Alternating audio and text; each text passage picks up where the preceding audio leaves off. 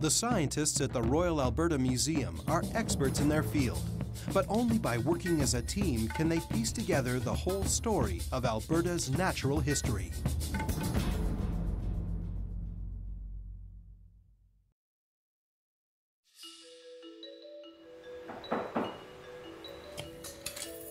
Hey, Chris, come in. How's it going? Not bad. How's life? Good. What you got there? I've got a couple of samples from that cave deposit I was looking at last spring. No, the thing from Jasper? Yeah. Okay. So there's some plant material and a couple of seeds, and I was wondering if seeds. you could take a look at it Sure. and tell me what they are. Sure. My particular program, Quaternary Environments, deals with pollen and seeds. And most of those fall to the landscape in lakes and in wetlands.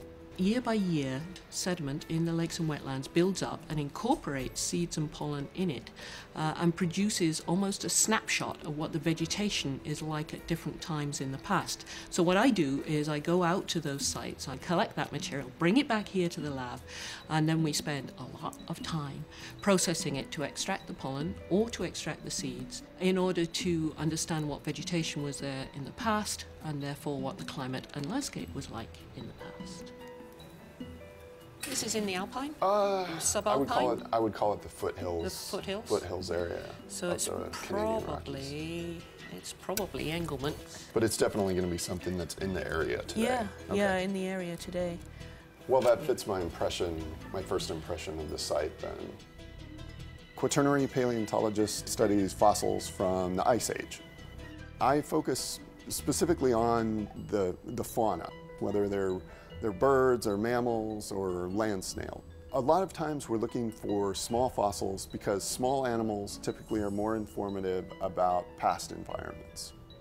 I like to focus on cave deposits because caves offer one of the few opportunities to go into mountainous areas and actually find a reasonable fossil record.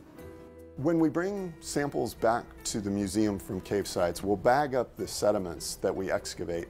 We bring those back to the lab and we'll wash them through screens. And then I spend a good part of my day going through those washed sediments, picking out the fossils and sorting them into individual vials. And it's only after you've done that that you can actually start to address really interesting scientific questions. While you're here, can you take a look at this for me? Sure. It's a tooth from that Fletcher site. The plain site.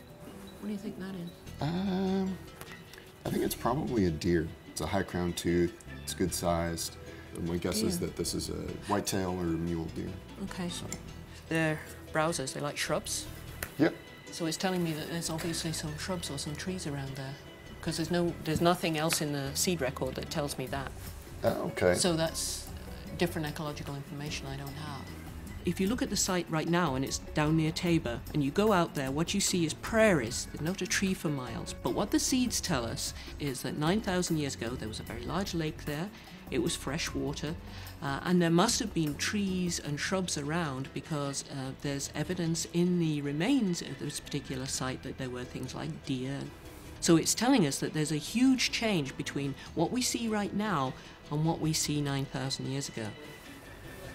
Working with other people who have expertise in different areas is really important. The kind of work that Chris does, looking at the faunal remains and the animals, is like getting the characters in the play. Other folks set the stage in which those animals lived. They're recreating the landscape. So between the two of us, we can put together a much more complete picture of what's really going on than any one of us alone.